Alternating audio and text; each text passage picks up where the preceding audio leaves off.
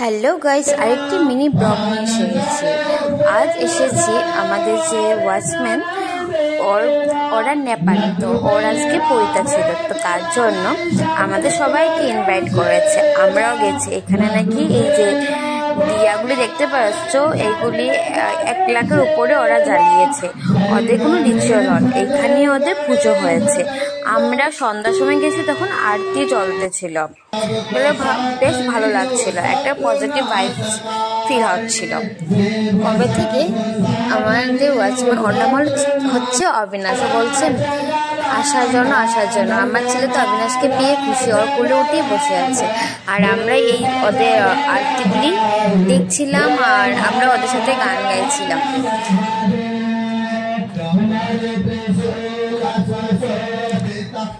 তারপর আমাদেরকে শুরু হয়ে গেছে খাওয়া দাওয়ার পর্ব। প্রথমে আমাদেরকে কোল্ড ড্রিঙ্কস দিয়েছে, যেহেতু অল্প গরম গরম লাগছিল। তারপর ইয়াম্মি নেপালি ডিশ ছিল। এই যে আমরা সবাই বসে এখানে অবিনাশের সাথে গল্প করছিলাম। অবিনাশ একটা গিটারে গান বাজিয়ে শোনাচ্ছিল বাবুকে। এইসব করে আমরা এসে করলাম, আর ওদেরও অকেশনটা